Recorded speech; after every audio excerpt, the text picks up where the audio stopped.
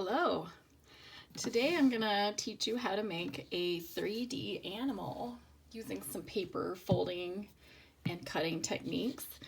For this project, you'll want a piece of paper that's a little bit sturdier or stronger, if you can find one. Even like a old cereal box or something that's thicker than a piece of copy paper. You're gonna need some glue. I'm gonna be using both kinds of glue, the glue stick and the school glue, the liquid glue, but if all you have is a glue stick, that's okay. You'll need some scissors, a pencil, paint is gonna be good if you have it. If you don't have paint, you could use markers. I'm gonna use paint for mine. And anything that you have around the house that you think might work to make an animal out of. So I'm gonna be using some buttons. I'll probably use some of these pipe cleaners and some yarn. I'm going to make a lion. So I gathered my materials up for making a lion. Now, if you want to make a different animal, that's totally up to you. Think about what kind of materials might work for that animal. So with your nice sturdy piece of paper, we're gonna fold this in half like a hamburger. Remember, the hamburger fold is the wider fold. This is the long skinny fold, that's the hot dog. What I'm looking for today is the hamburger. Line those corners up. Give it a nice good press. This paper's a little bit thicker, so it's a little harder to fold. Right now, I'm just going to show you how to make the basic form of the animal, and then I'll show you how to do some decorating. So this will be like kind of a the base of your animal. This is where we'll create the legs, and then we'll attach the face on a little bit later. So what you're going to want to do is draw a medium-sized rainbow right in the middle of your folded paper. Okay. And cut that out. Now I'm cutting on, actually before I did this, I wanted to make sure that I was drawing on the open part, not the folded part, so that when I cut this out, what I'm going to end up with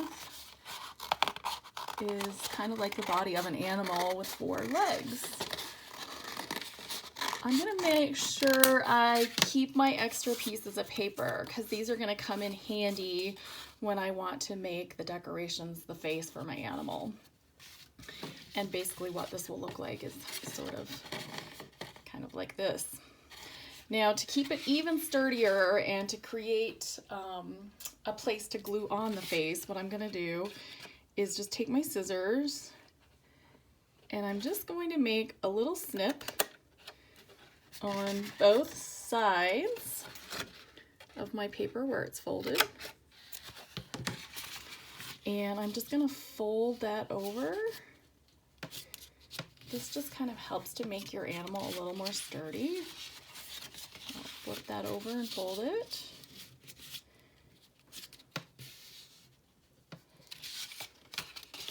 I'm just folding right to where I cut my little slit in my paper.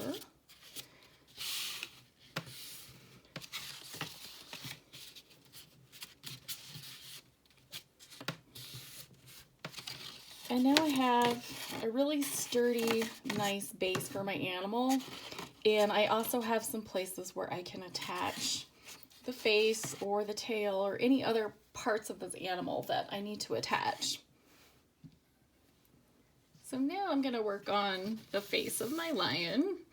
And what I did was I took one of the cutouts that came from the base of the animal, and I'm gonna use that to make the face. So I prepared my materials. I kind of cut my pipe cleaners to make some whiskers. I'm going to use the buttons for the eyes. I'll use a Sharpie to draw on the nose when I get to the end. And then I cut some yarn and a couple of pieces of ears out of orange paper.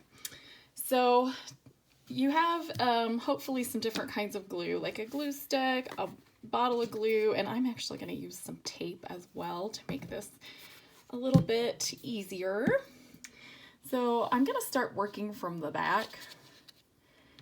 I'm going to actually attach my yarn first, and maybe my ears actually. So when you're gluing paper together, using a glue stick works just fine. So with the glue stick, I'll go ahead and glue on those paper ears. I like to use the glue stick for attaching paper together, but the liquid glue works a lot better when I have to attach something like a button or a pipe cleaner or yarn. I could use the school glue for my yarn, but I think to make this even a little bit easier, since I am lucky enough to have some masking tape, I'm going to arrange my yarn. And then I'm just going to tape that onto the back of my animal's head. I think that'll be a little bit easier than trying to put on the Elmer's glue, wait for it to dry, and then finish the front. This will be a little bit quicker. And I am actually never going to be able to see this side of my animal, because this will actually be glued on to the base that we made earlier.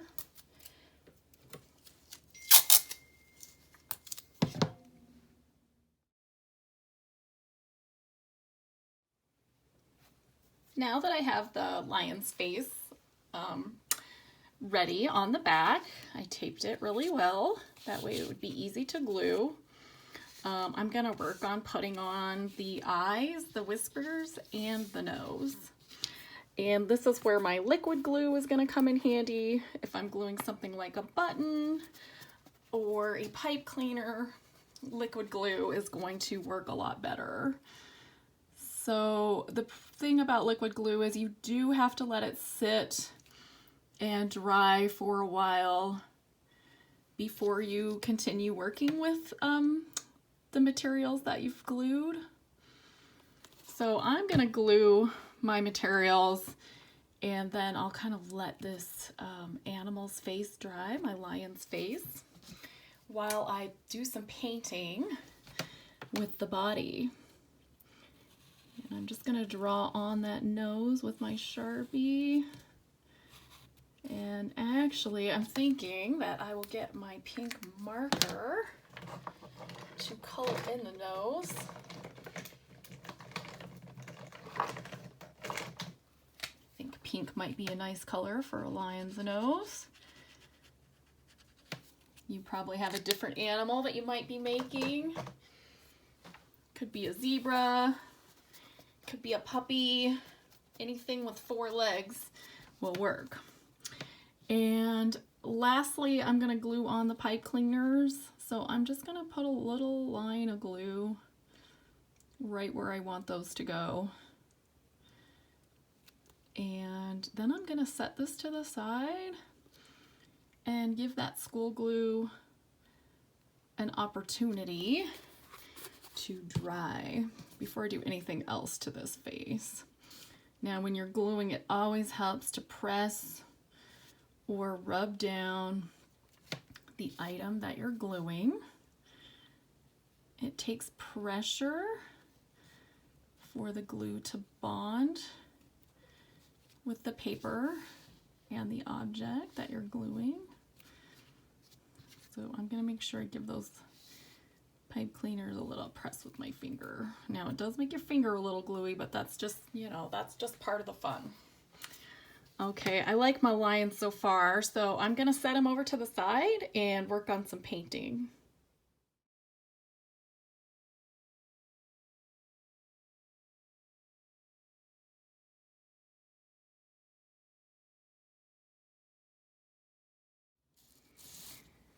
So I finished painting Leo the lion, and I have to tell you, I learned a couple of things while I was doing this. First of all, it gets really messy, so make sure you have something under your work to protect your table. And another thing I learned was the paper does get kind of wet and does kind of start to bend. So hopefully you used a nice strong piece of paper to begin with. Luckily mine's pretty strong, and as it dries, it's gonna be okay. One other thing I tried to do when I was painting, and you may have seen this when I was demonstrating earlier, is I just blended my colors together to kind of create that look of fur for my lion. So I'm gonna let this dry, and in a moment I'm gonna show you how to assemble it and finish it. My lion has dried pretty well. The paint's pretty dry now, so I'm gonna show you how to attach the face or the head. So what you're gonna need is the liquid glue, and I'm actually gonna put the glue on the body, not the face. I want to make sure that it's really on this part right here, and I'm just going to attach the head kind of like this so you can kind of see how that's going to go. So I'm going to use a lot of glue because I really want this to stick. Now, if you don't have this liquid glue, you could probably use a glue stick, but you'd have to put a lot of glue on there, and you might even try to use tape. So a combination of whatever you have. Okay, I got lots of glue on there. I'm going to stick down the face, and I'm going to hold it for a second. Try and make sure that that's gonna stay. Okay, now if you have like a clothespin or something like that, this could also help. I'm just going to actually kind of flip that over and put that clothespin on there. That will help keep it from coming off while that glue is drying. And I really feel like my lion kind of needs a tail, so I have my yarn and my pipe cleaner, and what I'm gonna do is just wrap some yarn around there. Lions kind of have those fluffy tails on the end, so I'm gonna wrap that yarn around there and kind of make a little fluffy tail for my lion. And I'm just gonna bend that pipe cleaner a little bit to kind of hold that yarn. Maybe tuck in that little tail. Depending on what kind of animal you're making, you might want to make a tail for it. And I'm gonna attach the tail kind of on the back here to where I have those other little flaps. And this time I'm gonna use the liquid glue again.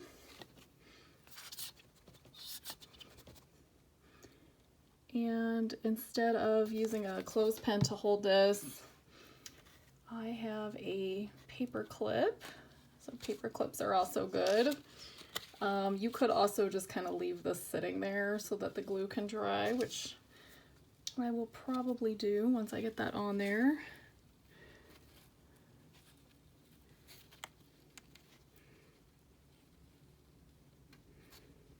Okay, now I found this purple paint, and I thought, well, that would be so cute if I just added a couple purple, some purple, like, I don't know, highlights or decorations to my little lion, just to add some more color. So I'm actually gonna give him some purple paws.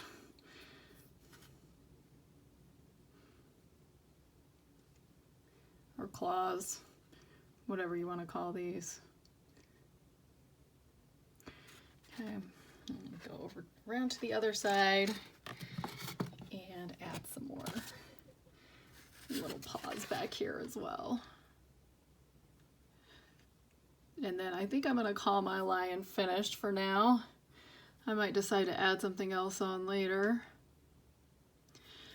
But you can see this is kind of a fun project that could take you all week to get done, since you're gonna be doing a lot of painting, some decorating, You're going to have to find your materials.